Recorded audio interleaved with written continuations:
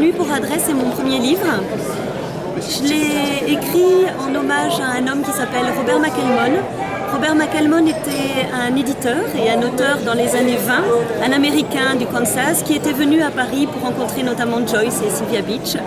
Et cet homme était remarquable parce qu'il a été le premier éditeur d'Hemingway. Il a publié énormément de femmes comme Gertrude Stein, Joanna Barnes, Mina Loy, beaucoup de femmes modernistes de l'époque, des poètes comme William Carlos Williams, qui était son meilleur ami. Et il a surtout été le premier éditeur d'Hemingway, à une époque où personne ne voulait croire encore en lui, le tout jeune Ernest Hemingway. Il a été le premier à le lancer.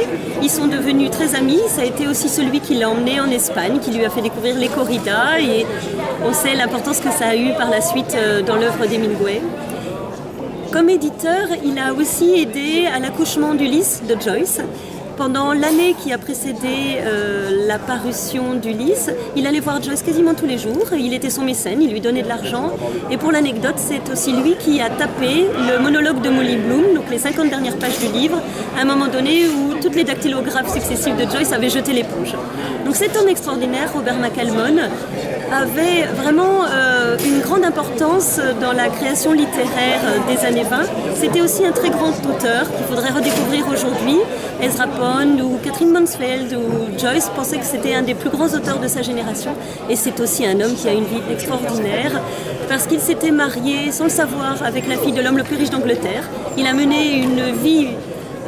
vraiment, il a fait la bringue pendant une dizaine d'années et il était l'animateur et le centre de toutes les soirées parisiennes, de Montmartre et de Pigalle. Et il avait une vie de héros de roman. Il a organisé des kidnappings, il a fait donc un mariage de rêve, il a eu une vie en dents de scie puisque sa fin a été tragique.